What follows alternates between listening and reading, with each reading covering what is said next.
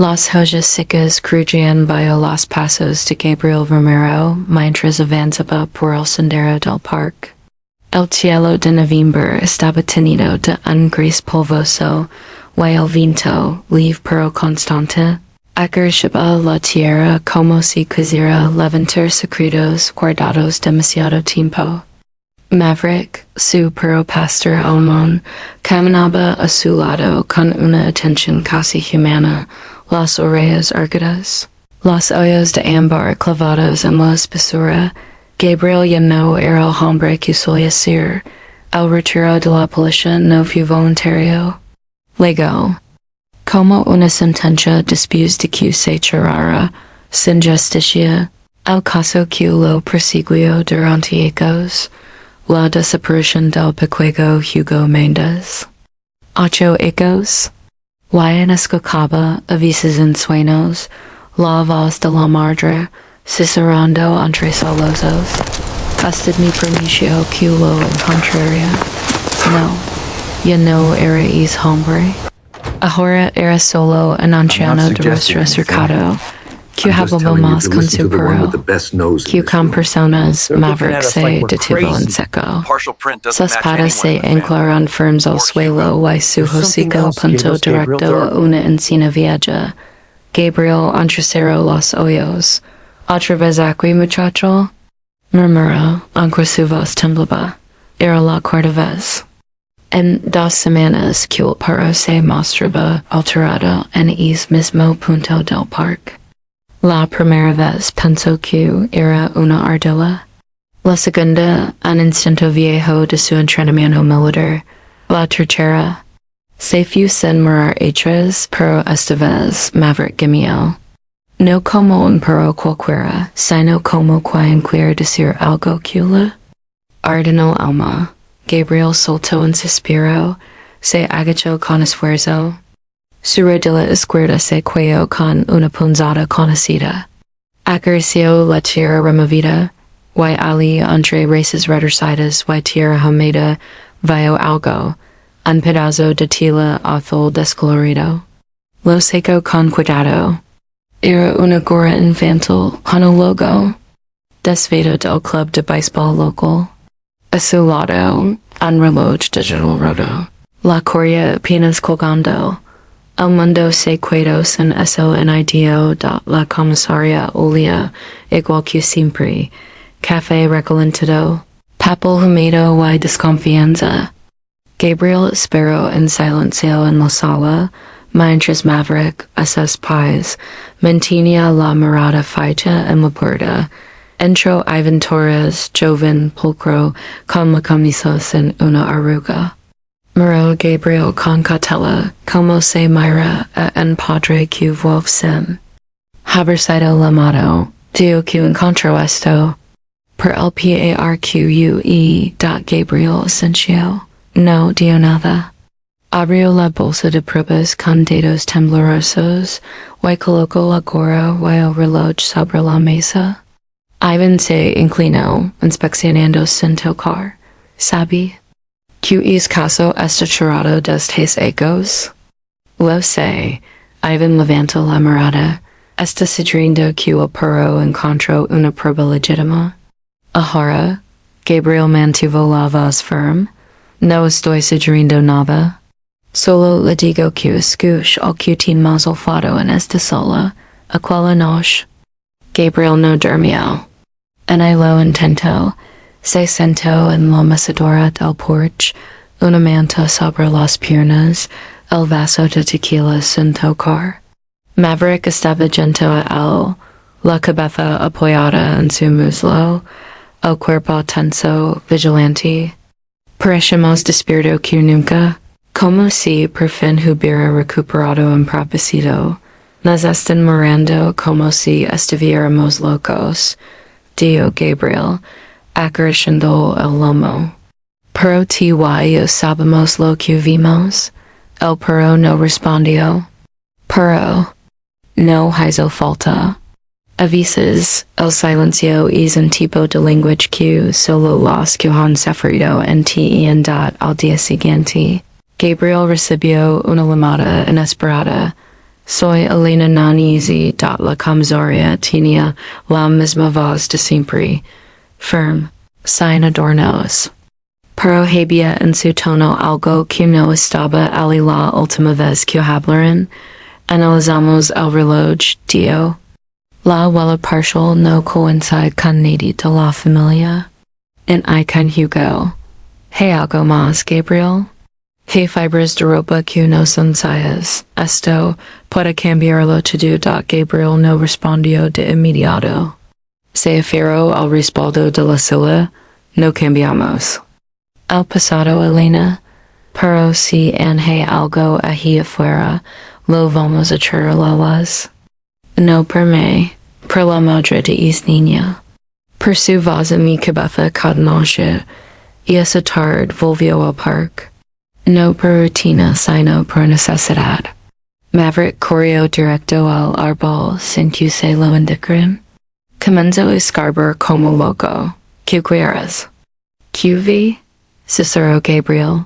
¿Qué más queda por descender? La respuesta llegó con un temblor en la tierra. Las uñas del perro chocaron contra algo metálico. Gabriel se arrodilló. Una pequeña caja envuelta en plástico. Dentro, dibujos infantiles, un libro con una inicial, H. Un pañuelo.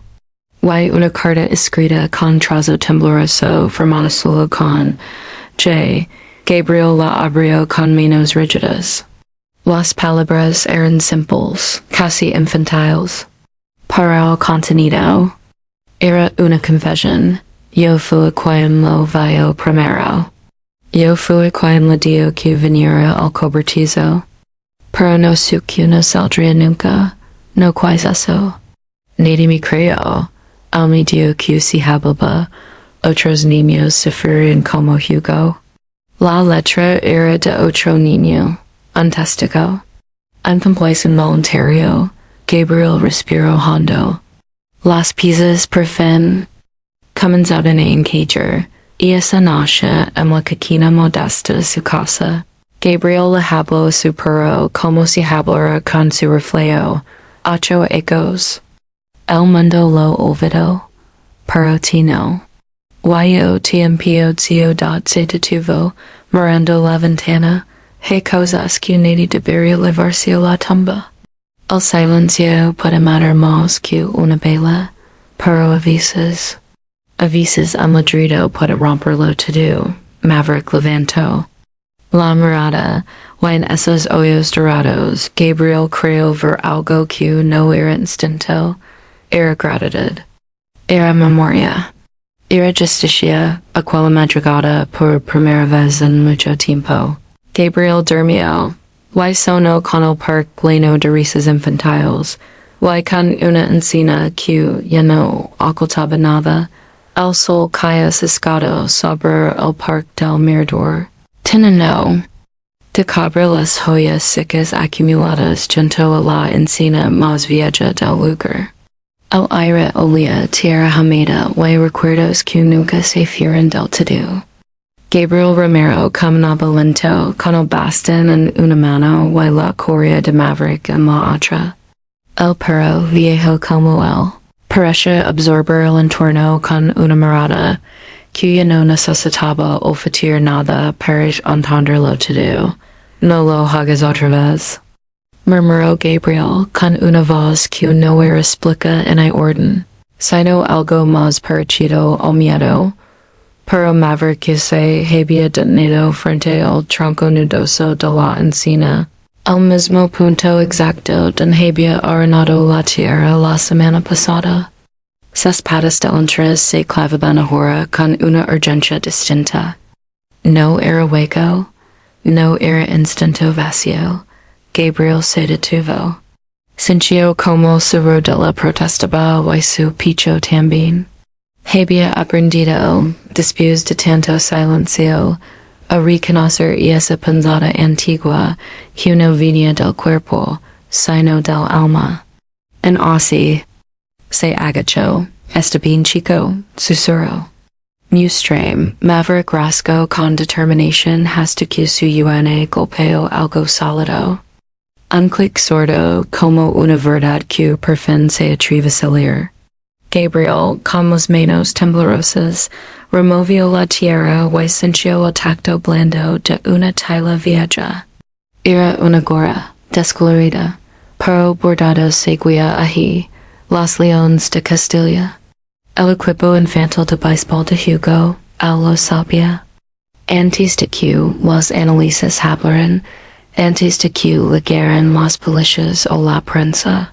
Ella lo sabía, porque lo trajis contigo. Preguntó el inspector Ivan Torres y esa misma noche en la jefatura, mientras examinaba la gorra bajo. Las blanca de la lámpara de escritorio, por confío más en perro que en la mitad de los hombres que conocían toda mi carrera, respondió Gabriel sin rodeos. Torres no replicó. Solo anotó algo en su libreta. Su rostro era una máscara quartz. Para sus ojos, jovens y cansados, lanzaban cuchillos de duda. No considera hasta la posibilidad de que, esto haya sido colocado ahí recientemente. Gabriel lo miró sin parpadear. Claro, también consideró la posibilidad de que el viento sopla hacia arriba. Pero no oscillar el silencio se alargó, roto solo por el tic-tac del viejo reloj de pared. Al fondo, Maverick dormía bajo una manta, pero su oreja derecha seguía en posición de guardia al día siguiente. Bajo un cielo más gris que azul, Gabriel fue llamado a testificar ante la comisaria Elena Nones. Ella lo recibió sin sonrisa, pero su tono era diferente al de Torres. No había desdén en su voz. Había otra cosa, una herida vieja no confesada. ¿Tú nunca dices el caso, verdad, Gabriel? Él negó con la cabeza. Nunca dije es niño, pero tú también tenías un hijo. ¿Lo recuerdas? Gabriel apretó los dientes. Era una línea baja y ella lo sabía. Por eso lo entiendo, dio al fin. Porque si hubiera sido mi hijo, yo habría querido que alguien siguiera buscando. Aunque ya nadie creera nada, y si lo que encontraste no cambia nada. Preguntó ella con una voz que era casi infantil, como si la niña que alguna vez vio hablara a través de ella. Entonces, al menos saber que no me rendí cuando las demás sí lo hicieron. Y esa noche, al volver a casa, Gabriel colocó la gorra lavada sobre su mesilla de noche. Maverick la observa desde su rincón. Él la lavó el día que desapareció, murmuró Gabriel, casi como si se lo dijera al niño mismo, y nadie lo notó. Nadie miró bien, cerró los ojos y recordó la voz de Clara Méndez, la madre de Hugo, el día que lo entrevistó por última vez. Me prometió que volvería para la cena. Era la primera vez que iría solo al parque. Se sentía grande. ¿Lo entiendes, inspector? Grande. Sí, lo entendía. En la radio sonaba una vieja copla de Rocío Dúrcal. Gabriel no la apagó. La dejó sonar como si fuera una plegaria sin iglesia una semana después. El análisis forense confirmó que la gorra y el reloj habían estado bajo tierra al menos 6 años. En la esfera rota del reloj apareció una huella. No era de Hugo. Tampoco de ningún familiar. Era de Carlos Gutiérrez, el nuevo director del colegio. Un hombre amable quartz con voz suave. Demasiado suave. Cuando lo llamaron a declarar, Carlos no se inmutó. Cruzó las piernas, miró a Elena y a Ivan con lástima. Esto es un error. Yo no conocía a esa niña, y mucho menos lo toque. ¿Cómo explica entonces su huella en el reloj? Preguntó. Torres. Carlos se encogió de hombros. ¿Saben cuántos niños pasan por mis manos cada año? No voy a recordar todos los objetos que toco. Tal vez alguien lo manipuló después hasta la voz era fría. Puida, con la seguridad del que se cree intocable. Gabriel, sentado en la sala de observación, apretó bastón con fuerza. Se inclinó hacia el cristal, susurrando, es hombre mente. No por lo que dice, sino por cómo respira. Y esa noche, frente a la encina del parque, Gabriel volvió con Maverick. La tierra había sido removida por los técnicos, pero al árbol seguía en pie, imperturbable, como si llevara siglos, esperando a que alguien lo escuchara. Gabriel acarició el lomo del pastor alemán. ¿Te lo sabías, verdad? Desde la primera vez, Maverick movió la cola despacio. Luego levantó la mirada hacia su dueño. En ese cruce de ojos no hubo palabras. Solo una certeza compartida. El niño pedía ser encontrado. Ellos habían respondido. A la mañana siguiente, Gabriel recibió una carta sin remitente. Un sobre beige. Dentro, solo una frase. La verdad en los archivos de las letras. Gabriel la leyó 3 veces. Luego susurró como una promesa salada con voz quebrada. Despiertala entonces las primeras luces del amanecer. No traen consuelo y esa mañana. Gabriel Romero se sentó al borde de la cama sin causar, sintiendo el frío del suelo como un recordatorio tenue de que seguía aquí, vivo, solo, con una herida que no cicatriz habitó la noche anterior había sido la primera en mucho tiempo en la que sonó con Hugo Méndez. No con su fotografía congelada en el expediente policial, no con su sonrisa colgada en la piel de una madre devastada, sino con el niño real, corriendo entre árboles, riendo con una gorra torcida sobre la frente, la misma que ahora dormía. En una bolsa de evidencias forenses, Maverick, el pastor alemán que Gabriel había adoptado hacia menos de un año, lo observaba en silencio desde el pasillo. No ladraba, no se acercaba, solo lo miraba, como si entendiera que había cosas que no se pueden decir en voz alta, pero se sienten igual. En los huesos, en la culpa. Cuando llegó a la jefatura, Elena Nones lo recibió con ese tono de vieja colega que conoce el peso de un expediente más allá del papel. Ivan Torres, en cambio, mantenía su distancia con la frialdad calculada de quien en duda del viejo. ¿Puede decirme exactamente cuántas veces el perro mostró en tiros en ese lugar?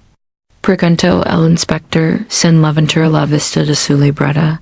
Gabriel suspiró. No por cansancio, sino por el aire que pasaba en su pecho. 6 veces durante 6 semanas. Siempre bajo el mismo roble, Ivan cerró la libreta con un lieve chasquido. Sin embargo, nunca se lo reportó al cuerpo. Hasta ahora, hasta que me atreví a mirar don ya me quería mirar, replicó Gabriel, sin tono defensivo, solo con la serenidad amarga de quien sabe cuando cuesta equivocarse por miedo. En silencio incómodo. Elena lo rompió. Las pruebas de ADN estaban en 3 días. Pero la coincidencia del sombrero es inquietante. Ivan se volvió hacia Gabriel. Sus palabras ligaron con la crudeza de un bisturi. ¿Estás seguro de que no plantó usted la evidencia? No hubo furia en Gabriel, solo una tristeza antigua. Le sostuvo la mirada con la dignidad de quien ha enarrado más que casos sin resolver. Yo fracasé una vez con ese niño. Pero nunca me rebellaría a mentir para aliviar mi culpa. Aquella tarde Gabriel condujo hacia las afueras del pueblo. El paisaje se volvió más árido.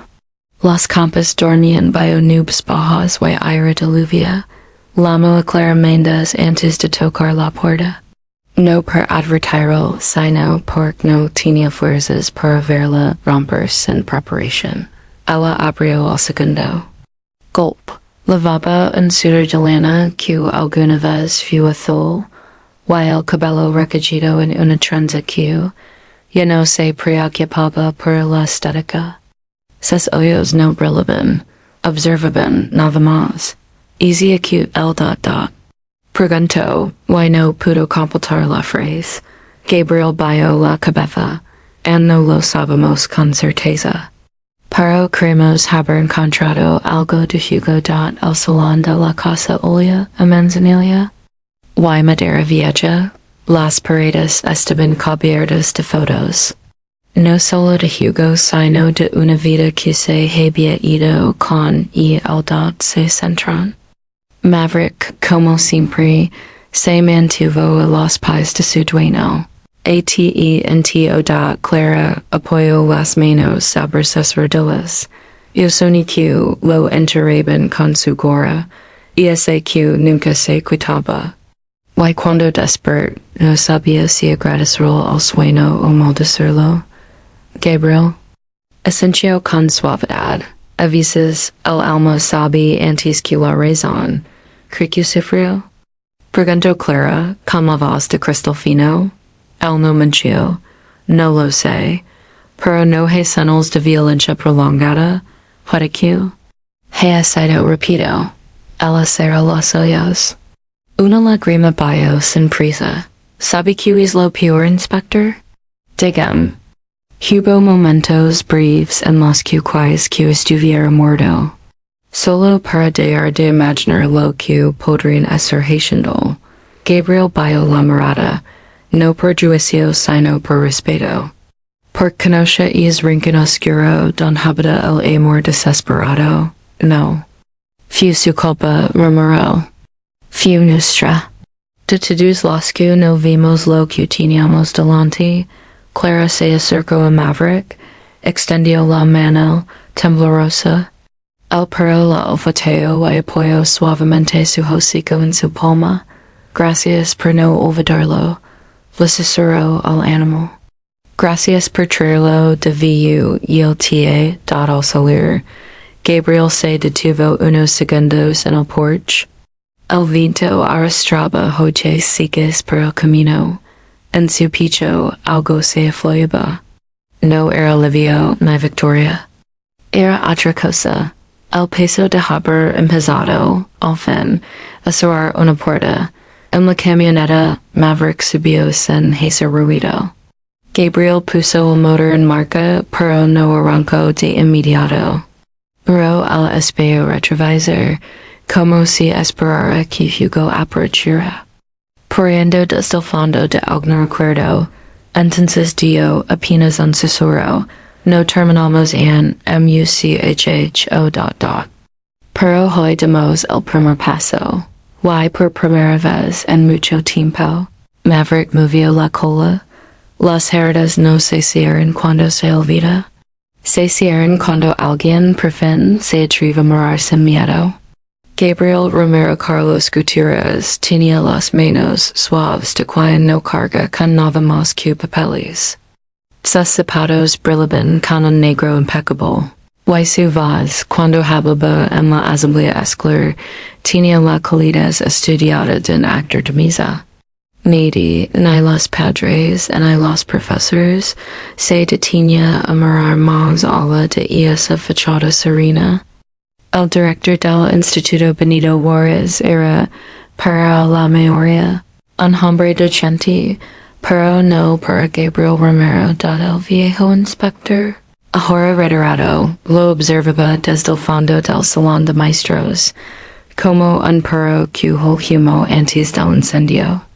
Gabriel no había venido por cortesía. Había venido por la huella dactilar encontrada en el reloj de Hugo. Y esa huella pertenece a Carlos. No entiendo por qué tanta insistencia, dijo el director, esbozando una sonrisa sin alma. is niño desaparece his ecos. Q. Esperas encontrar ahora. Verdad, respondió Gabriel con voz grave. Y los que no quieren que se sepa suelen tener algo que ocultar. Carlos se encogió de hombros, cruzó las piernas y desvió la mirada hacia la ventana. El cielo tenía es azul claro de la ciudad de México en invierno. Cuando el viento arrastra todo menos los secretos, los policías retirados deberían disfrutar su pensión. No revolver el lodo, dijo el fin. Gabriel no respondió. Su silencio era denso como piedra. Maverick, el pastor alemán que lo acompañaba, se mantuvo a su lado, alerta, como si sintiera que las paredes hablaban, horas después, en el despacho de la comisaria Elena Nones, Gabriel depositó los documentos sobre el escritorio. Las inconsistencias en el historial, un nombre distinto en el anuario viejo, Carlos Gutiérrez. Nunca se había llamado así. Su nombre real era Roberto Gutiérrez. Había usado papeles falsos para convertirse en educador. ¿Y cómo pudo lograrlo? Preguntó Elena, asombrada. Nadie verificó nada en recursos humanos. Lo ayudaron, dijo Gabriel. Alguien dentro del sistema educativo firmó las autorizaciones sin mirar, o sin querer mirar. Los nombres empezaban a aparecer. La supervisora María del Carmen Ruiz, firm defensora del proceso rápido de contratación. El padre Manuel Rios, quien lo recomendó como voluntario para catequesis. Y en las sombras, el silencio cómplice del excomisario Javier Ortega, quien cerró el expediente Hugo sin seguir todas las pistas, todos sabían algo. Pero mirar hacia otro lado era más fácil, dijo Gabriel con arguar a la tarde siguiente. Gabriel visitó a Clara Méndez, la madre de Hugo. Ella abrió la puerta con los ojos hundidos, el delano manchado de café, como si viviera en el mismo día de la desaparición. En la sala seguían colgadas las fotos del niño, en el triciclo, con los dientes recién cambiados, abrazando a inyectado peluque, ¿encontraste algo? Preguntó con voz apenas audible. Gabriel asintió. El director del colegio no es quien decir. Su verdadero nombre es Roberto Gutiérrez. Y su abuela estaba en el reloj de Jijijo. Clara se llevó la mano al pecho. ¿Por qué nadie lo vio antes? Porque nadie quiso ver. Ella guardó silencio largo rato. El reloj de la cocina marcaba las 5:17, el mismo minuto en que Hugo solía llegar de la escuela. ¿Y preguntó Clara de pronto, ¿por qué no te rendes? Gabriel tragó saliva porque le prometí a mi esposa que, si algún día me perdía, quería que alguien siguiera buscando. Y esa noche, Gabriel regresó a casa con la certeza firme y helada del invierno. Maverick se tumbó junto a sus pies, mientras el viejo inspector repasaba uno por uno los nombres de quienes habían fallado. El silencio del perro fue roto solo una vez, cuando Gabriel murmuró, a veces no se necesita un asesino para matar. Solo hace falta una firma que no se cuestiona. No es mi asunto. Un silencio bien vestido. 2 días después, Elena ordenó la detención de Carlos o Roberto Gutiérrez. El hombre no se resistió. Solo repitió una frase como un rezo invertido. No era mi culpa, no debía pasar así. Yo solo ayudaba en la sala de interrogatorios. Elena lo miró fijamente. ¿Ayudabas a quién? Roberto le miró, torció los labios como si fuera a escupir veneno. Y se quedó calado. En la televisión local, la noticia sacudió a la comunidad. El director de la escuela primaria, arrestado por falsificación de identidad y possible implication en desapariciones. La ciudad entera murmuraba. Los padres temblaban.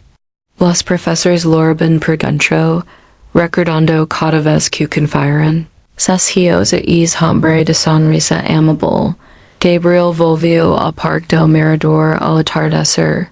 Maverick se adelantó, jasmindo al aire. Vio la encina, el lugar donde comenzó. El viento susurraba como si supiera más de lo que podía decir de pronto. Una voz temblorosa interrumpía sus pensamientos. Hasta el que encontró el reloj.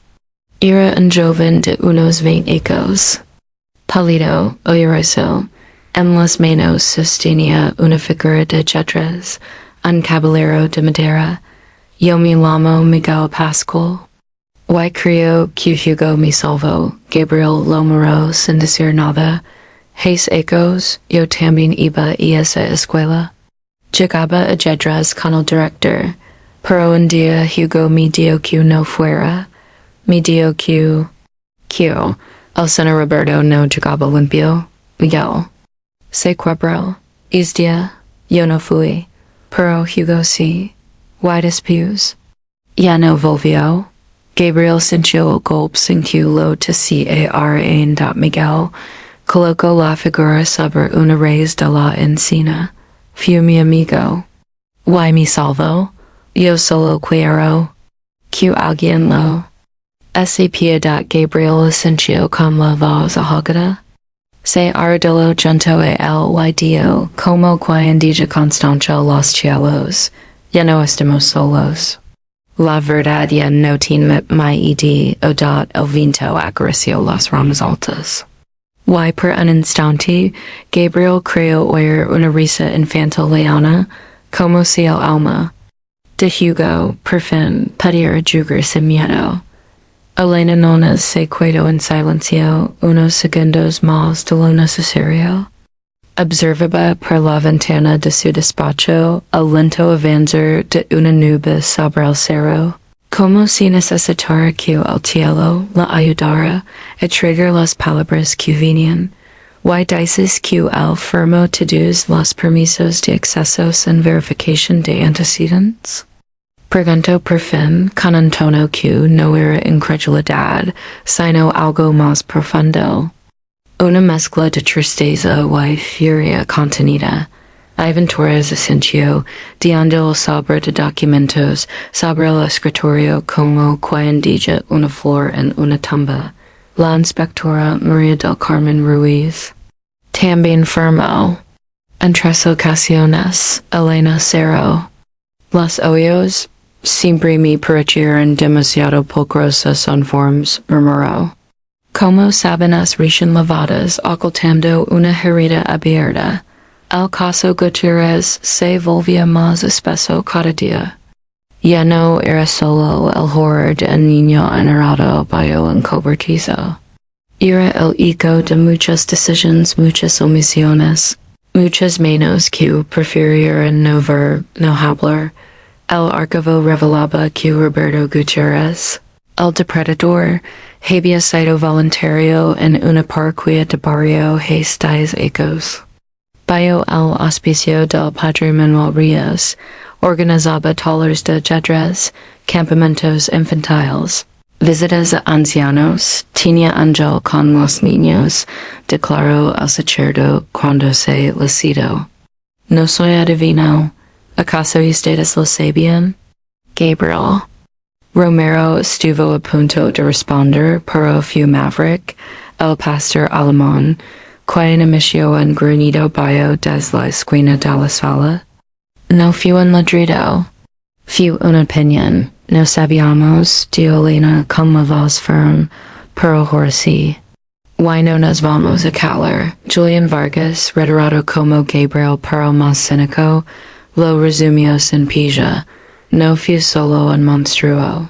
Fue un sistema con miedo al escándalo. Gabriel no respondió. Estaba leyendo la última página del cuaderno jalado en la cabana. Una annotación con tinta azul pálido, temblorosa, como escrita en la oscuridad. La partida terminó mal. Pero el huevo jugador por mí. Si disque debo ser más cuidadoso esta vez. Si Carlos, su hermano, su cómplice, Gabriel sintió un nudo en el pecho, no de sorpresa, sino de resignación. El verdadero silencio nunca vin del vacío, vin de quien debería haber cortado. Y eligió calar. Elena se citó con la inspectora María del Carmen Ruiz en un café de esquina discreta. No vestía uniform. No quería intimidar, quería respuestas. O al menos, gritas en la fase de edad la mayor lego puntual, elegante, contenida. Tenía is ira de quienciarían que la education los redime. De todo, que queer saber. Dio, cruzando las piernas con una gracia ensayada, porque firmó el exceso de un hombre con historial de violencia infantil.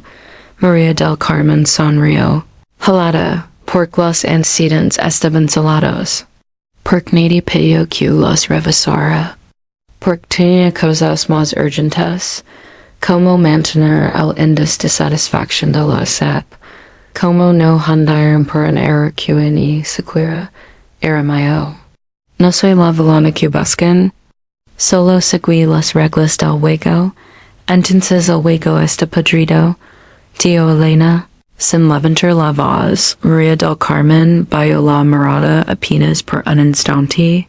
En sus ojos no había culpa, pero sí el leve temblor de quien empieza a sentir.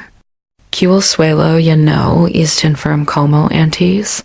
Mientras tanto, Gabriel visitó al comisario retirado Javier Ortega. El hombre vivía en una casa antigua, con jasmines colgando de las ventanas y un bastón de madera apoyado en la puerta. Viniste. Por el caso de Hugo, verdad? Dio apenas abrir. Sup que encontré en algo. Gabriel no respondió de inmediato. Dejo que el silencio hablar primero. La primera denuncia fue en 2016. Un profesor que insistía demasiado en los recreos. La recuerdas? Era débil, sin pruebas, sin nombre claro. Sin nada, tenía el nombre de Hugo. Ortega apretó los labios. Yo ya no era comisario cuando eso pasó, pero eres jefe cuando se cerró la investigación en 2018. Se cerró porque no había cuerpo. Porque tú tampoco lo encontraste. Hasta he hecho verdad, el viejo no dio nada más. Se sentó en su sillón de miembro. Miró Maverick, que se mantenía inmóvil, como una estatua vigilante. Hicimos lo que pudimos, murmuró Ortega. No, corrigió Gabriel, con una ternura dura, como una caricia con filo. Hicimos lo que nos dieron, pero usted, comisario. Hasta eligió no dar que otros hiciéramos. Y esa noche, Elena escribió un correo que le costó cada palabra. Lo dirigió a la Fiscalía General. Hay evidencia de omisión sistemática en los casos relacionados con Roberto Gutierrez. Solicitó que se abra investigación formal a las siguientes funcionarios. Relio 3 veces antes de enviarlo. Luego cerró la laptop y se quedó quieta, mirando la calle de su balcón. Un niño pasaba en bicicleta. Su madre caminaba detrás lenta con una sonrisa distraída. Elena sintió que, por fin, algo dentro de ella comenzaba a calmarse. No era paz, no pero sí dirección. Y eso también quiera. 10 despidos. En la pequeña iglesia de San Bartolomé. Miguel Pascual se acercó al confesionario. No buscaba perdón. Buscaba FUERZ. Edad el Padre Rios lo reconoció. Tears el que habló. El que acusó a Roberto. Miguel Asensio. No vine a escucharlo. Vine desiro el gio da el sacerdo trago saliva, lo que hizo tu amigo Hugo fue un acto divino, Dio. Más grande que lo que cualquier adulto pudo hacer, Miguel no respondió enseguida. Luego habló con una calma que dolía. Y sin embargo, hasta prefirió seguir celebrando misa que denunciarlo.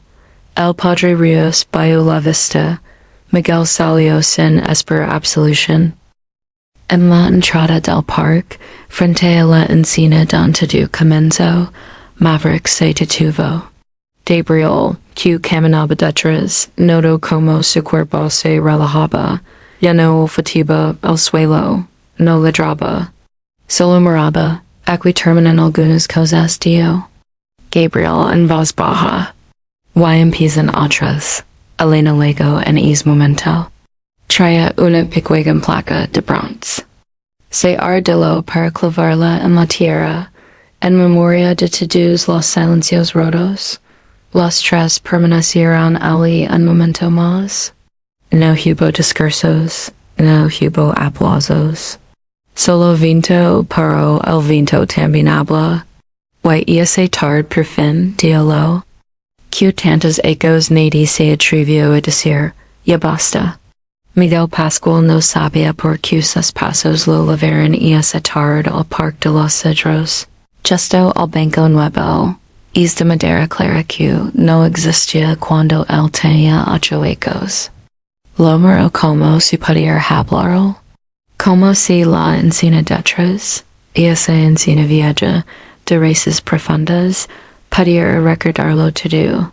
Maverick, el perro, estaba allí. Recostado a los pies de un hombre mayor con el rostro cercado por más de una vida. Gabriel Romero. No necesitaban hablar. Se saludaron con una mirada. Miguel se sentó en silencio. Le temblaban un poco las manos. A veces murmuró Gabriel, sin mirarlo no son las palabras las que pasan. Sino todo lo que nunca sé. Dijo Miguel tragó saliva. El sol comenzaba a caer, teniendo el cielo con tonos de miel y fuego. Cerró los ojos. Cuando habló, su voz era la de alguien que cargaba un secreto demasiado tiempo. Yo estaba allí con él, con Roberto. En la cabana, Gabriel no se movió. Solo Maverick levantó la cabeza, Hugo me enseñó cómo salir. Oye, sabía que no podría hacer un viento suave movió las joyas sobre sus cabezas. Gabriel apenas asintió. Había esperado ecos por ese momento. No para confirmar teorías, sino para dar el espacio a una verdad enterrada. No tienes que contarlo todo, susurró Gabriel. Sí. Sí tengo. Asterisk. Las paredes de la cabana olían a madera hameda. Y miedo. Miguel lo recordaba así. Roberto tenía una voz suave. Eso era lo peor. Hablaba con palabras bonitas mientras hacía cosas que no lo eran. Le decía que era especial, que sus padres no lo entendían, que él lo cuidaría. Aquí no duel, decía escupio Miguel con un hilo de rabia. Aquí nadie te juzga.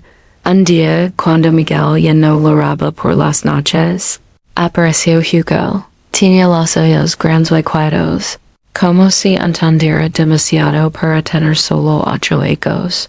Llegaba a las yedras con Roberto. Pero cuando me veía, me pasaba notas. Palabras escritas con lápiz en serviletas. No estás solo, ponía una. Un hueco detrás del armario, otra. Lo planeo, Dio Miguel. Fingió que obedecía. Hoy en día, cuando Roberto se fue al pueblo, Hugo me ayudó a escapar por la trampilla. Gabriel apretó los puños. ¿Why de lo dejaste ahí? Miguel lo miró por primera vez. No con miedo. Con la desaparición de niño que se siente culpable en el cuerpo de un hombre, yo quería que corriéramos juntos. Pero el mi Dio, ¿tú tienes mamá? Yo tengo una promesa, asterisk asterisk, cuando Miguel regresó con la policía, o más bien. Cuando fui encontrado vagando en una carretera rural días después, nunca habló. Dijo que se había perdido. Que no recordaba nada. Durante años, repitió esa mentira hasta que se convirtió en parte de su piel, porque si decía la verdad.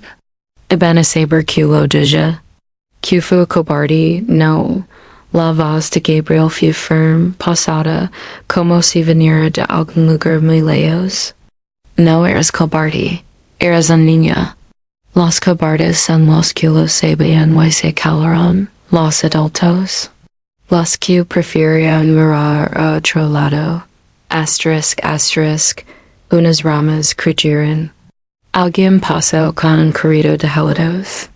El mundo seguía girando mientras dos almas intentaban surgir de antiguas. ¿Por qué ahora? Preguntó Gabriel. ¿Por qué vi su foto en las noticias? Porque me canso de leer el nombre de un niño muerto como una piedra en el pecho. Porque, si Hugo tuvo el valor de cuidarse, lo mínimo que puedo hacer es contra lo que hizo. Asterisk, asterisk, la tarde se iba deshaciendo en tonos azulados. Gabriel miró hacia la encina. Es árbol guarda secretos. Pero te acabas de convertirlas en mi amor. Miguel se levantó. Sacó de su mochila una pieza de yedras, un caballero de madera liado a mano. Lo colocó al pie del banco. Hugo me dio una vez. Los caballeros no se rinden, aunque tengan miedo. Nunca supe si lo decía en serio o por estaban. Las HISTORIA stop. Gabriel lo miró caminar hacia portón del parque. Cada paso de Miguel era una página que se cerraba. Maverick se levantó, se acercó al caballero de madera, lo olfateó. Y se sentó a su lado, como si montara guardia. Asterisk, asterisk, y esa noche. Clara Méndez, la madre de Hugo, recibió una llamada inesperada. Era Gabriel. Su voz era baja, contenida. ¿Encontramos a alguien? A alguien que tiene algo que decirte del otro lado. Clara no respondió al principio. Solo se escuchó un suspiro tembloroso. ¿Sabe lo que pasó? Más que eso, dijo Gabriel. ¿Sabe quién era realmente te dijo? Asterisk, asterisk, cuando Miguel entró al pequeño salón de la casa de Clara, sus rodillas temblaban. No por miedo, por vergüenza. Por el peso de todos los ecos de silencio.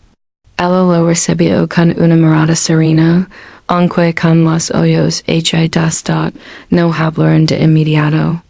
Se sentaron frente a frente. Entre ellos, una mesa con dos tazas de té. Intactas. ¿Usted sabía lo valiente que era? Preguntó Miguel con la voz rota. Clara alzó la mirada. Tenía en sus manos una fotografía de Hugo con el uniforme del colegio. Yo solo sabía que era bueno, pero nunca pensé que sus labios temblaron. Que su bondad sería su final. No, dijo Miguel con firmeza inesperada. Su bondad. Fumi si ome y enzio da Clara de la taza. Se acercó, lo abrazó sin decir palabra. Wine es abrazo, Miguel sintió por primera vez en muchos ecos. Que tal vez si merecía el perdón, asterisk, asterisk, y esa noche, mientras escribía en su cuaderno.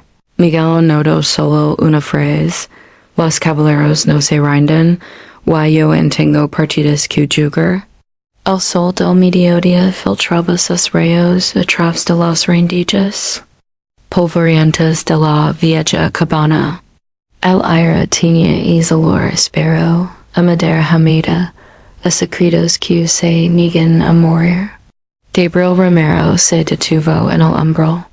Maverick, a su lado, avanzó dos pasos, olfateando con un ritmo que no era ansiedad. Era certeza. Aquí Romero Gabriel casi sin voz. Aquí están lo escondía todo. El inspector Ivan Torres silencio. No dio nada. Había aprendido que, en presencia del dolor antiguo, el silencio era la única cortesía de la cabana. De piedra, enclavada en un claro del bosque de Valson, pertenece a Roberto Gutierrez. Oficialmente era una propiedad de retiro, pero lo que contenía iba mucho más allá de lo que cualquier retiro pudiera justificar. Las forenses habían detectado una anomalía bajo las tablas del suelo del dormitorio principal. Con cuidado. Quirjigo levantaron el entablado. Debajo una cavidad hermética, y en su interior una caja metálica salada. Gabriel se agachó, colocó su mano sobre el metal frío, no hizo solo una prueba, Cicero, y su mapa. Su lógica enfermo, Ivan, rompió el cielo con guantes de látex. Dentro, decenas de objetos cuidadosamente dispuestos, una tarjeta de béisbol, una pulsera rota, crayons desgastados, picudos autos metálicos. Y en el fondo, un cuaderno de tapas negras, gastadas por el USO, cubierto de símbolos de ajedrez. Gabriel lo reconoció de inmediato, yakme dio sin morar nadie. Lo decía siempre que se tiraba en ciclo. Abrió la libreta. Las páginas estaban escritas con una letra clara, casi infantil, cada entrada fechada, cada nombre disfrazado. El lenguaje era codificado, pero no para. Para Gabriel era como leer las sombras que había perseguido durante una década. Pie en blanco, aprendiz inquieto. El yak se prolonga, pero el rey en duda. Está describiendo a los niños como si fueran partidas. Preguntó Ivan con la incredulidad asomando en la voz. Gabriel asintió. Su dedo tembloroso se detuvo en una entrada fechada 8 ecos atrás. Caballo negro rompe la línea. El jugador joven interrumpe la partida. Yak inesperado. El tablero se revienta. Fin abrupto. Hugo dio, apenas audible. Las palabras le taladraron el pecho como fragmentos de vidrio. Él lo había presentido, siempre lo supo en lo más profundo, pero ahora estaba allí, el momento exacto en que Hugo Mendes interrumpió al patron. Había hecho algo que no estaba previsto. Ivan leyó en silencio por un momento. Luego cerró el cuaderno. Esto es suficiente para vincularlo con más cosas. No es eso lo que me dio, dijo Gabriel. Sin amargura, pero con un cansancio que se le escapaba por los ojos. Es que mientras nosotros archivábamos en forums y ferrabemos carpetas, es maldito llegaba. Y ganaba. Ivan apretó los labios. Se acercó a una estantería del rincón. Había álbumes de fotos. En cada uno, niñas sonrientes en bicicletas, jugando ajedrez, nadando en lagos. Ninguno era Hugo, pero todos eran reales. ¿Cuántos? Preguntó. Gabriel no respondió. No podía. Maverick soltó un gemido bajo. Nota alerta. De presencia. Más tarde, en la comandancia, Gabriel se sentó en el despacho prestado por la comisaria Elena Nones. Tenía el cuaderno frente a él. Cada línea, escrita por Roberto, era un ego enfermo de control, de estrategia, de manipulación. Entró Julian Vargas, el viejo compañero de patrullas, con una bolsa salada. Del trastero de la cabana, encontramos más cosas. Esto te va du ler.dentr o había una calle de joyalada. Anella, una carta, doblada muchas veces. Firmada por Carlos, el hermano. No entiendo por qué sigues. Dices que eres solo por control, pero se nota que te gusta. Te advertí que tarde o temprano no se te iba a escapar. No soy responsable de lo que haces con es niño, no quiero saber más. Si hablas, yo también puedo hablar. Gabriel trago en seco, no fue solo omisión, dio con voz amarga, fue complicidad. Julian le puso una mano en el hombro. El sistema fallo, Gabriel. Tadus falmos. Gabriel se levantó. Camino hacia la ventana. Afuera, los árboles bailaban con la brisa, como si nada había pasado. La vida seguía siempre. Pero no allí dada esa noche en su casa, Maverick descansaba a los pies del salón. Lavra Espinosa, la veterinaria, le servía una infusión a Gabriel. Él lleva el cuaderno una vez más. ¿Qué buscas? Preguntó ella. Una palabra, una línea. Algo que me diga que Hugo no murió en vano. Lara lo miró con ternura, pero sin compasión vaya. Ya lo sabes, solo que no te has dado permiso de creerlo. Gabriel cerró el cuaderno. Lo abrazó contra su pecho. Encontrarlo no trajo alivio, pero mirar esto. Me confirma que Hugo fue más valiente que todos nosotros juntos. Laura se acercó. Le tomó la mano con firmeza. Entonces honra su valencia, no su muerte. Gabriel bajó la vista. En el suelo. Maverick lo observaba en silencio. Tomos hoyos ambaralinos de esa gravedad que solo los que han sobrevivido al horror pueden entender. Fue entonces cuando, por primera vez en ecos, Gabriel susurró algo distinto. Gracias, amigo. Por no dejarme rendirme, Maverick movió la cola. Solo una vez, y fue suficiente. Elena Nanas apoyó las palmas sobre el archivo abierto. La tarde entraba oblicua por la persiana de la comisaria, trazando líneas sobre el rostro cansado de Gabriel Romero. Carlos Gutierrez no existió sin adornos. Es un nombre tomado de alguien que murió hace secos. El verdadero. Es Roberto Guti EQRREZ. Gabriel no reaccionó al principio. Solo un parpadeo más lento, como si el alma necesitara tiempo para entender lo que los oídos ya habían oído. Y si de dijera, continuó Elena, en voz baja, que Roberto tenía un hermano, que trabajó con él, lo encubrió. Lo sostuvo en su silencio como una cosa sostenida por sombras. Gabriel cerró el expediente sin mirar. Su voz salió seca. Siempre fueron dos. Lo supe, pero no quise saberlo. Lo encontré en un convento abandonado al sur de Segovia. Un lugar que había sido refugio de oración, ahora convertido en trinchera para un hombre que no sabía rezar. Carlos, el hombre que fingió llamarse Carlos, salió al encuentro señor. Como si lo hubiera esperado. Maverick, a su lado, tensó el cuerpo con un gruñido apenas audible. ¿A qué vienes, viejo? Preguntó el impostor con una media sonrisa. A hacerme confesar los pecados que todos aplaudieron cuando servía café en las fuentes escolares. Gabriel no contestó.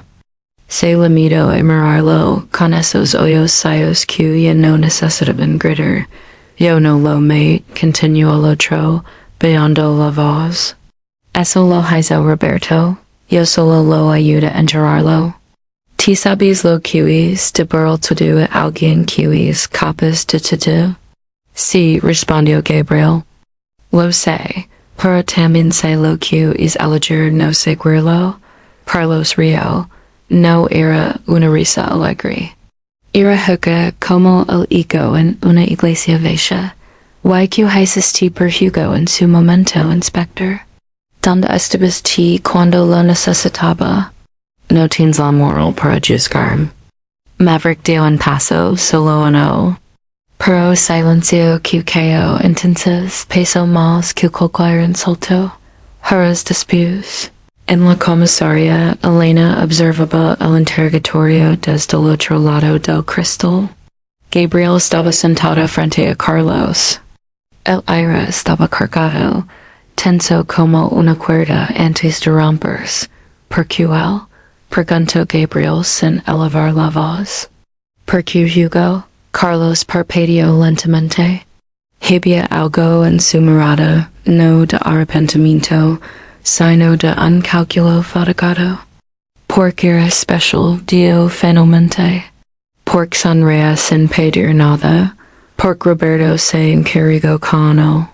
Y luego, cuando se resistió, se convirtió en una amenaza. Un silencio largo. Y ti lo sabías, desde el principio. Y no dices nada. Carlos lo miró con un gesto amargo. Es lo único que sabía hacer, calarme sostener a mi hermano, como lo es toda la vida. Desde que éramos niños, cuando mi madre decía que él era el brillante y yo el obediente, Gabriel cerró los ojos, no por cansancio, sino para no ver lo que ya sabía. La obediencia también mata, susurró, y esa noche, Gabriel caminó hasta el parque don Maverick había escarbado por primera vez. No había nadie. Solo las joyas secas acumuladas como las palabras que nunca se dijeron. Se sentó en el banco en sin placa. Maverick se tumbó sus pies, siempre fueron dos, murmuró. Y en el silencio. Hugo se quedó solo, pasó la mano por el lomo del perro, lentamente, como quien acaricia una herida que empieza a cerrar al día siguiente.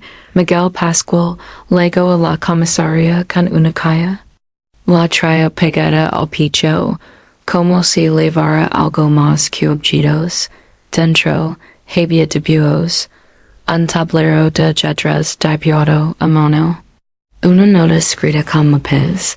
El día que no podía ganar si yo no llegaba, Miguel no logró, pero su voz tembló.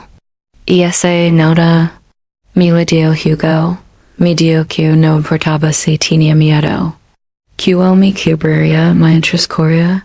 Gabriel apretó los labios. El peso de la culpa no lo venía, pero si lo doblaba. Como un sos viejo que anda pie, ya no suena con primavera. ¿Por qué lo hizo? Preguntó Miguel. ¿Por qué me salvó? Gabriel no respondió con palabras. Solo extendió la mano y colocó sobre la caja una ficha de letras. Un caballero. Porque alguien tenía que romper. El ciclo dijo. Y Hugo eligió ser valiente. Carlos confesó. No por arrepentimiento, sino porque ya no tenía a quien encubrir. Su declaración llevó a nuevas órdenes de arresto. Las máscaras comenzaron a caer, una inspectora corrupta, un sacerdote que miró hacia otro lado, un comisario que prefirió la estadística al niño desaparecido. Pero no hubo aplausos. Solo esa sensación agra de una justicia tardía, como una carta que liga cuando el destinatario ya no vive allí. En la última página del expediente, Elena escribió una sola frase, todo se bien. Pero nadie lo dijo. Gabriel la leyó en silencio. Luego, con letra firme, aquello debajo, hasta que un perro y un niño rompieron el pacto de sombra. En el parque, días después, instalaron la placa. El banco ya no era solo un lugar para sentarse. Era una tumba simbólica y un altar modesto. Miguel colocó allí la ficha del caballero. Maverick se sentó a su lado, quieto, sereno. Clara y Ruben legaron tomatos de la mano. Gabriel les ofreció el asiento. Ruben habló primero con voz ronca. Creí que Hugo sabía lo que hacía. Gabriel asintió despacio. Lo sabía, y por eso lo hizo da Clara miró al cielo. El viento movía las ramas de la encina. Como si alguien o algo susurrara su aprobación. Cuando se marchaban, Gabriel se quedó atrás unos segundos. Maverick lo observ dash no podemos cambiar lo que pasó. Dio más parece que para el perro. Pero si podemos elegir como termina. Maverick movió la cola una vez, solo una, pero bastó. Gabriel se dio la vuelta. Por primera vez en muchos años, tenía donde ir sin levar la culpa como equipage. Y así, en el silencio de un parque cualquiera, un hombre, un perro, y la memoria de un niño, te eran juntos algo más fuerte que la sombra, la verdad. La sala de espera de la jefatura olía café viejo y a papel mojado. Clara Méndez no lo notó. Tenía la mirada clavada en el suelo, las manos cruzadas sobre el regazo. A su lado, Ruben mantenía una inmovilidad dolorosa, con los ojos abiertos. Pero ausentes, como si escuchara un eco que solo él podía oír. Gracias por venir, dijo la comisaria Elena Nones con voz baja, casi como quien entra en una iglesia. El doctor Forens está listo para hablar con ustedes. Ninguno se movió. No porque no quisieran, sino porque no sabían cómo. Pasaron 8 ecos sin saber. 8 ecos de preguntas ahogadas en el desayuno, de silencios entre las sábanas, de cómplicos celebrados frente a una salvación. Ahora, la respuesta estaba unos pasos y pesaba como una piedra da. La doctora Laura Espinosa los esperaba de pie, con el rostro sereno y una carpeta cerrada entre las manos. Lo que voy a decirles. Comenzó con pausa, lo haré con el mayor respeto. Lo que encontramos en el cobertizo coincide con los registros dentales de Hugo. No hay margen de error. Clara apretó los labios. No loro. No podía. Ya lo había hecho demasiadas veces. Todas que sentía que sus lágrimas le pertenecían más al pasado que a su cuerpo. La causa de muerte fue traumatismo craneal, continuó la doctora. Un solo golpe.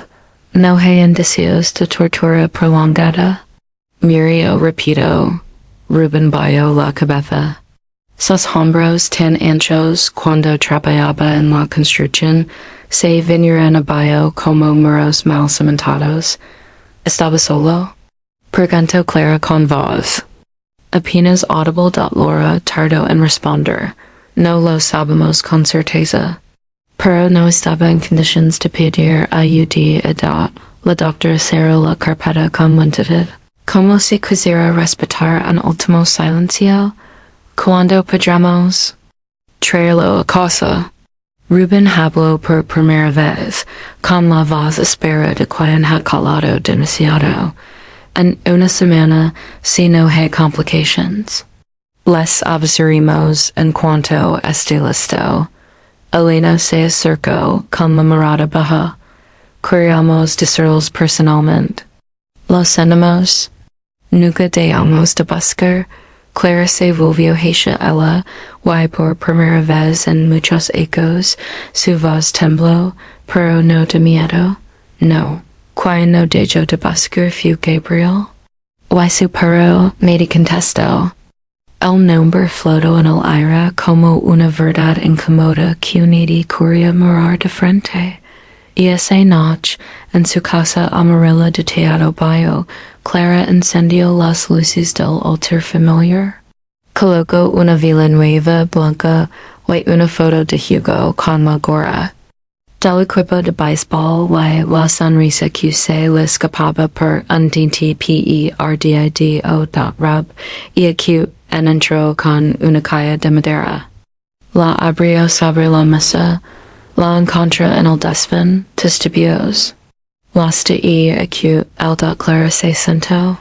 Sacó una joya arrugada con una figura torpe de 3 personas, un papá alto, una mamá con trenza y un niño entre ellos con una pelota.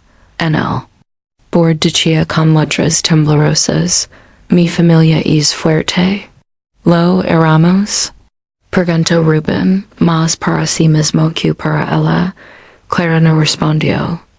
Observe el dibujo largo rato, luego lo colocó junto a la vela. Fuimos lo mejor que supimos ser. Él la miró, con los ojos humedos, tefal, mi alej cuando más me necesitabas. Creí que fingir que no dolía era lo correcto. Como hombre, como padre, como hombre, quizzes, interrumpió ella con dulzura. Como padre, no. ¿Te lavabas el duelo por dentro? Yo lo gritaba, el suspiro, y ahora que hacemos. Clara tardó en responder. Luego dijo simplemente, lo llevamos a casa. Y le construimos un lugar donde otros pueden recordarlo, incluso si nunca lo conocieron. Días después, Clara se presentó en la alcaldía. Llevaba una propuesta escrita. A mano y una caja con recortes, fotos, y una idea que había madurado entre insomnios, un banco conmemorativo en el parque. En el lugar exacto d'un maverick, el perro, había cavado. No quiero una estatua, le dio al secretario municipal. Solo un banco de madera, con una placa que diga, su valencia salvó a otros, su memoria nos dio. El amor con un respeto que no siempre se ofrece a las madres en duelo, lo aprobarimos. Lo RECE. El día de la inauguración, la ciudad entera pareció contener el aliento. Bajo la encina, el banco nuevo brillaba con un barniz cálido. Clara y Rubén llegaron. Tomados del brazo, Miguel Pascual, el joven que Hugo había salvado, colocó una pequeña figura de adrajas en la base. Un caballero blanco, Gabriel, de pica maverick a su lado, miró a Clara a los ojos. Ella sintió sin palabras, gracias por no olvidarlo. Le dio, Gabriel bajo la vista hacia el pastor, que se mantenía alerta, pero tranquilo. Él lo encontró. Yo solo escuché. Rubén se acercó, extendió la mano. La apretó con fuerza. Nos devolviste a nuestro hijo. Eso no tiene nombre, Gabriel iba a responder, pero algo lo detuvo. Quizás fue el temblor en la voz de Rubén, o el brillo contenido en los ojos de Clara. En vez de hablar, colocó la palma sobre el banco recién instalado y cerró los ojos. En gesto sin palabras, se cerró un circulo no con alegría, no con alivio total, sino con esa forma discreta de paz que liga solo cuando la verdad ha salido a la luz, y el amor encuadrado ha encontrado don posarse de nuevo. El sol de la mañana se filtraba a través de las ramas de la encina como un susurro dorado. En el centro del parque, justo donde la tierra había sido removida semanas atrás, los jardineros municipales colocaban con delicadeza un banco de madera clara. Sobre él, una placa de bronce encubierta por terciopelo rojo esperaba ser descubierta. Gabriel Romero observaba en silencio desde una distancia prudente. Vestía con sobriedad, camisa blanca, pantalón gris, su sombrero de ala ancha. Asaz. Pais, Maverick descansaba alerta, como si incluso en la coma pudiera presentar algo más profundo que los sonidos del parque. ¿Listo, compañero? Susurró Gabriel como si hablase en igual. El perro no respondió con gestos enelidridos. Solo alzó la cabeza y lo miró con esos ojos color ámbar que lo habían guiado entre la duda y la fe durante toda la investigación. No necesitaba palabra claramente luego en silencio. No lloraba. Después de 8 ecos de búsqueda explicas y noches con la calma intacta del hijo intacta. Su rostro tenía la serenidad de quien finalmente ha tocado fondo. Y ha encontrado algo allí. Rubén lo seguía, más encorvado, menos firme que en sus días de defensa férrea. Para hoy tomaba su mano sin titubeo. Lo que alguna vez se rompió entre ellos. Ahora estaba silencio Miguel Pascual se les unió minutos después, lavando en sus manos una pequeña figura de ajedrez, un caballero talado en madera con una expresión noble. Era lo único que le quedaba de Hugo. Él me enseñó a moverlo, dijo en voz baja, colocándolo con cuidado sobre el borde del banco encubierto. Dijo que un buen caballero nunca ataca primero, pero siempre protege. Gabriel cerró los ojos por un momento. El aire parecía más denso allí, como si la encina misma escuchara. Cuando Elena Nana se acercó con el micrófono, la ceremonia se volvió oficial. Pero lo que vino después no estaba en el guión. Hoy no se honra solo al niño, dijo la comisaria con voz contenida. Hoy se honra a quien, sin saberlo, salvó vidas. Y a quienes, incluso en su dolor, eligieron verdad el veloqueo. La placa decía, en memoria de Hugo Méndez, 2008-2016, su valor salvó a otros. Su espíritu nos guió a casa. Clara acarició la placa con los dedos, como si se tratara de la frente de su hijo dormido. Siempre dices que querías ser caballero, ¿te acuerdas? Le dio a Rubén. Él sintió los ojos clavados en el bronce. No podía hablar. No quería que la voz le traicionara. A unos pasos, una figura se mantenía inmóvil. Gabriel la notó de inmediato. María del Carmen Ruiz, ex-supervisora educativa. Recién jubilada y apenas tolerada en el evento. Sus labios apretados y su mentón alto delataban orgullo más que arrepentimiento. ¿Cómo se atreven a juzgarme con la mirada? Le susurró a un funcionario municipal que había sido su subalterno. Yo no me nadie, solo. Seguí protocolos, hasta firmó su silencio, le respondió el hombre, bajando la mirada. Y con eso les dio poder María del Carmen. Se dio la vuelta antes de que alguien más pudiera acercarse. Su presencia había manchado la pureza del momento, pero también la reserva. Por donde sombra, la es más visible. Después de que el público se dispersó, Gabriel permaneció sentado junto al banco. Maverick olfativa el césped alrededor, inquieto pero sin tensión. Era su manera de decir, aquí hay memoria, no peligro. La doctora Laura Espinosa se sentó a su lado. No dijeron nada durante un rato. Luego ella habló, ¿te acuerdas? Cuando dices que encontrar Hugo te liberaría? Gabriel soltó una pequeña risa seca.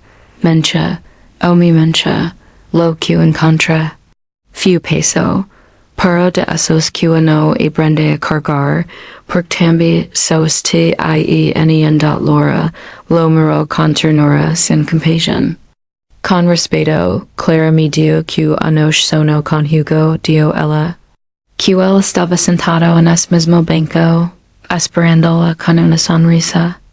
Y que le dijo, Mamá, y puedes plantar otras flores. Gabriel trago saliva, se la humedecieron en los ojos, pero no logró. YT? Preguntó Laura suavemente. ¿Tú vas a plantar? Silencio, respondió él, casi en un murmullo. Y cuando crezca, que si paz, Miguel se acercó de nuevo. Estigas con un sobre pequeño. Esto es para usted, dio tendiéndoselo a Gabriel. Lo escribí después del juicio. No sabía si entregarlo. Gabriel lo abrió. Era una carta, breve, escrita con letra de joven pero alma vieja. Gracias por escoger lo que nadie quería oír. Gracias por creer en perro. Cuando los humanos ya habían desistido. Y gracias por no dejarlo en silencio. Él me salvó. Y usted salvó su nombre. Gabriel respiró hondo. Luego se levantó. Extendió la mano y la apoyó sobre la cabeza de Maverick. Vamos, amigo. Hoy no investigamos. Hoy ... Solo recordamos, mientras se alejaban bajo la sombra larga de la encina. El caballero de madera seguía allí firme como vigilante de un legado. Que no pedía grandeza, solo memoria, porque a veces la justicia no se grita. Se susurra, se acaricia, y se dice en silencio don alguien algún día la encontrará. Las del amanecer se filtraba tímida por los vitrales del juzgado, teniendo el mármol de tonos cálidos, como si intentara suavizar lo que estaba por ocurrir. En la primera fila del tribunal, Clara Méndez entrelazaba los dedos con fuerza. Sus nudelos, blancos como las cenizas de su hijo, temblaban sin que ella se diera cuenta. A su lado, Rubén no decía nada. No había palabras para una sentencia así, y para los ecos que vivían en la oscuridad de la incertidumbre. No sabían si hoy dolaríamos o sonaría por fin dado el fondo. Gabriel Romero se mantenía en pie. El ex-inspector, con el rostro más delgado por la espalda erguida, sostenía la mirada en el hombre esposado que acababa de entrar, Roberto Gutiérrez. El asesino, el maestro de letras que había convertido la inocencia en piezas de sacrificio, le ayuntó a Gabriel como una sombra. Noble estado Maverick, sentado, inmóvil, pero atento. Aquel pastor alemán, roto por la guerra, había sido quien olfateó bajo la encina don Hugo descansaba desde hacía 8 ecos. No pensó este virus tan viejo, murmuró Roberto al cruzar la mirada con Gabriel. Aunque para lo que Jesús, quasi siempre fuiste inútil, Clara giró el rostro. No por miedo, sino porque la voz de ese hombre le rozó el alma como un alambre oxidado. Lo que hicimos fue amar a nuestro hijo, dio con calma. Tú no sabrías que se siente, dado el juicio fue breve. Los fiscales presentaron pruebas irrebatibles, restos en la cabana, un diario cifrado, huellas, testimonios. Pero más que los documentos, pesaban las miradas de los presentes. Había algo sagrado en el silencio con el que escuchaban, como si cada palabra pronunciada lavara un poco la memoria de Hugo. Cuando el juez pronunció la cadena perpetua sin posibilidad de reducción, un murmullo apenas audible recorrió la sala. Nadie celebró. No se celebran las heridas cerradas con grapas. Roberto apenas reaccionó. Sonrió, ladiendo la cabeza como un niño malicioso. ¿Y ahora qué? ¿Serían que con esto van a dormir mejor? El dolor es un juego que siempre gana él. ¿Qué lo cree? Ustedes solo lo oír, dan. Gabriel se inclinó levemente, su voz baja, pero firme. No buscamos dormir. Buscamos que nadie más despierte con el mismo miedo. Es tarde. Bajo el sol suave del jardín del juzgado, Miguel Pascual se acercó al banco conmemorativo recién instalado. En la placa de bronce podía leerse Hugo Méndez, su valor salvó otras vidas, su memoria es ferro y reyes. Miguel ya adulto pero con sombra en la voz colocó una figura de xadrez, un caballero blanco. La dejó junto a una flor silvestre. Luego se sentó. Gabriel lo observaba desde la distancia. La doctora Laura Espinosa, de pie junto a él, le apretó el brazo. ¿Crees que esto cura algo? Gabriel miró con suavidad. No, pero creo que devuelve. Él dio algo que nos arrebataron en silencio. El derecho en nombrar la verdad. La bajo la mirada. El viento movía su bota blanca como si quisiera cantar algo al mundo. Al fin dio his ecos en la clínica. Un niño me preguntó si las cicatrices podían hablar. Yo le dije que sí, que eran cartas que el cuerpo enviaba para que el alma no se olvidara de sanar. Gabriel asintió despacio. Y hoy, por fin, leímos la nuestra al día siguiente. En rueda de prensa, la comisaria Elena Nones anunció que Carlos Gutierrez, el hermano y cómplice de Roberto, quien usaba la identidad de un director de escuela muerto, sería procesado por suplantación, encubrimiento y corrupción de menores. El sistema comenzaba por reloj que había tolerado demasiado tiempo.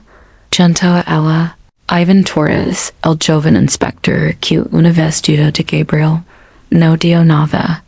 Para salir se le acercó. ¿Cómo supiste que valía la pena seguir? Preguntó. Con la sinceridad de quien ya ha aprendido a calar el orgullo, Gabriel sonrió apenas, no lo supo.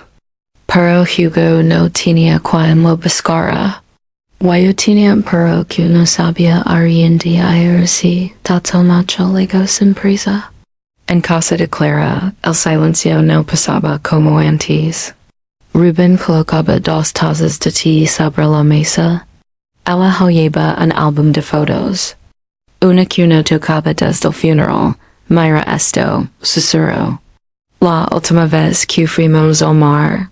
Hugo tenía harina hasta en los oídos, Rubén lo miró. Sus oídos eran 2 pozos limpios, entris, pero sin barro. Cuando es hombre, hablo, dio Clara, pensé que iba a sentir rabia. Pero no, sentí compasión, no por él, por lo que nunca tuvo. Por lo que nunca entendió. ¿Y ti? Preguntó Rubén. ¿Ti si entiendes? Clara lo pensó un instante. Luego cerró el álbum. Entiendo que el amor no mira con la persona. Se transforma. Y esta casa no está vacía. Esta línea de Hugo dad en su propia sala. Gabriel encendió la lámpara. Maverick estaba acostado en su alfombra, pero al oír el clic levantó las orejas. Dice compañero. Otro día. Otra histor. Gabriel se sentó, secó su libreta y escribió algo. Solo una línea. Donde memoria, hay justicia. Donde justicia, en puede nacer la paz. Luego miró al perro. Tal vez mañana vayamos a ver a esos niños del centro. ¿Qué dices? Maverick respondió como siempre, sin ladrar, solo moviendo levemente la cola. Y en ese pequeño gesto, Gabriel entendió algo que no sabía poner en palabras. El perdón no es olvidar. Es recordar sin que duele tanto. El sol de la mañana se filtraba entre las ramas del mezquite, proyectando sombras suaves sobre el banco de piedra recién colocado en el parque. El bronce de la placa brillaba tenuemente, como si no se atreviera a gritar su verdad, en memoria de Hugo Méndez. Su valor salvó otras vidas. Su espíritu nos guió a casa, Gabriel Romero, como Isbaldo ligeramente encorvada por los ecos y las culpas antiguas, se sentó junto al banco. Maverick, el pastor alemán que durante meses había sido su brújula moral, descansaba sus pies atento, como si encuadrara de un niño invisible. A lo lejos, claramente avanzaba lentamente por el sendero. Llevaba un vestido lila y sombrero de ala ancha. Desde la muerte de Hugo, nunca más volvió a vestir de colores hasta hoy. A su lado, Rubén caminaba en silencio. No se miraban. Pero la forma en que sus pasos coincidían hablaba de un lenguaje más antiguo que el resentimiento, el del amor que sobraba la perdida. Clara se detuvo frente a la placa, se agachó lentamente y colocó un girasol. Sus dedos temblaban, pero su voz fue firme. Tardaste, mi niño. Pero y Gabriel bajo la mirada. El nudo en su garganta no venía del tiempo, sino de la certeza. Había prometido encontrarlo. No he asesino, no en cuerpo, sino él. Y lo había hecho. Tard. The voice you selected does not support this language. Please click the upper right corner to switch to another voice. Pero continuó colotaba de alma, rabia que en rompió el silencio con una voz que sonaba más a giro que a carne, y el otro. El que sabía y no habló. El cura, Gabriel lo miró de reojo. El padre Manuel Ríos había sido trasladado. La diócesis, como siempre, optó por el silencio pastoral. En hay una disculpa. En hay una lágrima. Solo ausencias nuevas para cubrir las viajes. El que cala carga, dio Gabriel con voz seca, no con la justicia. Pero sí con los ojos de Dios da clara suspiro, y fue un suspiro que parece arrastrar 8 ecos de espera. A veces, quisiera odiar, susurro, Emmanuel, a is director falso. A los otros. A usted da la frase se quedó suspendida en el aire, más aguda que cualquier insulto. Gabriel no respondió. Solo bajó la cabeza. Las palabras duelen menos que el silencio. Que merecimos. Pero no puedo, acadio Clara, con la mirada clavada en Maverick. Porque alguien enseñó a esperar a encontrarlo que nadie más vea. Y alguien lo escuchó cuando todos lo llamaban loco, Rubén frunció el seno. Su voz era un cuchillo sin filo, y eso basta para perdonarlo todo. Gabriel levantó la vista. Sus ojos, grises y cansados, se encuentran con los de Rubén, no vain por perdón. Vain porque el morisco estamos aquí, no ustedes. No yo, él. Clara se acercó al banco y tocó la placa. Su voz se quebró por primera vez. Le gustaban los caballeros de la ajedrez. Decía que eran los únicos que podían saltar sobre los. Muir está en silencio espeso se apoderó del parque. Solo se oía el canto leano de un zanzantel. Más tarde, en la esquina de la Lara Espinosa, Gabriel removía lentamente el café en una taza blanca. El aire olía a romero, a pan tostado y a cosas que podrían haber sido. Lara lo observaba desde el otro lado de la mesa. Su bata médica colgaba de una silla. Llevaba una blusa de lino y un cansancio hermoso en la cara. Y ahora que horas? Preguntó sin rodeos. Gabriel no respondió enseguida.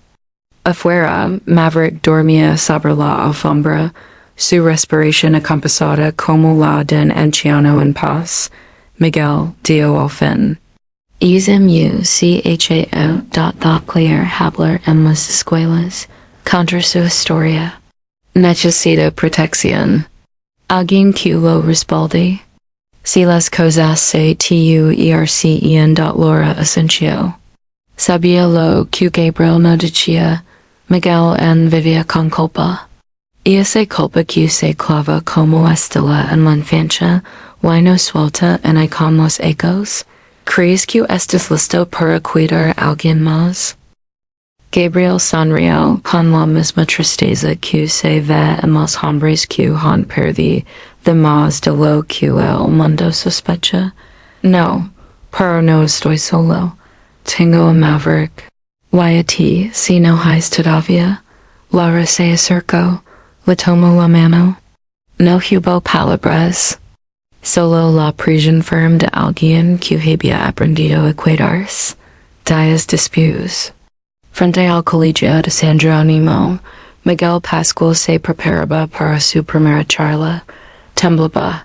En su mochila, lavaba la figura del caballero de Yedras que había dejado en el banco. La había vuelto a tomar. No por miedo, sino por promesa, Gabriel. Lo esperaba junto a la entrada. ¿Listo? Preguntó. Why si nadie me cree? Gabriel lo miró con seriedad, luego le puso una mano en el hombro. Entonces hablas para el niño que si te creerá. Why que tal vez, gracias a ti, no tendrá.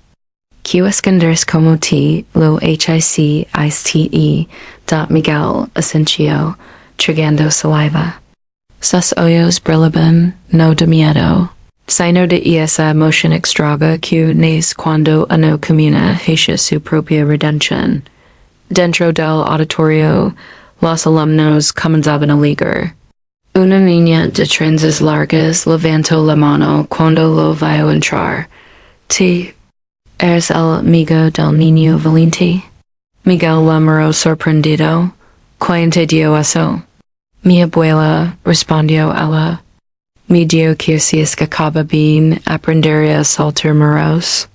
Como los caballos del Miguel, cerró los ojos un segundo. Luego, sin decir más, subió al esa noche, en casa de Gabriel. Lara leyó en voz alta una carta escrita. A mano, Don Gabriel, hoy entendí que hay valientes que no usan capa en uniform en sequera voz fuerte. Hay valientes como su perro, que solo ladran cuando tienen que salvar. Gracias por haber escuchado. Gracias por no rendirse. Sofía tiene ecos, Gabriel guardó silencio. Luego miró Maverick, que lo observaba desde su rincón. Parezco en no terminamos. Viejo amigo, Maverick le dio la cabeza. Sus ojos en bar. Brillaron bio los tenía. Y aunque nadie más lo oyó, en ese instante, fue como si el eco de Hugo, su risa, su silencio, su courage se hubiera sentado con ellos a la mesa, entre el café tibio, el olor a tierra mojada. Y el calor inconfundible. De un hogar que empieza a reconstruirse.